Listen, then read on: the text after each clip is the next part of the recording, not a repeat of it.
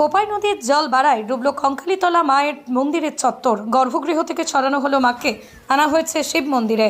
সেখানে শিব ও মা কঙ্কালীতলার পূজা অর্চনা করা হচ্ছে। দূর দূরান্ত থেকে আজও এসেছেন ভক্তরা মায়ের দর্শন করতে। শিব মন্দিরে পুজো দিয়ে যাচ্ছেন তারা। গত বৃহস্পতিবার থেকে একটানা বৃষ্টির কারণে জল বেড়েছে বীরভূম জেলার বিভিন্ন নদীতে।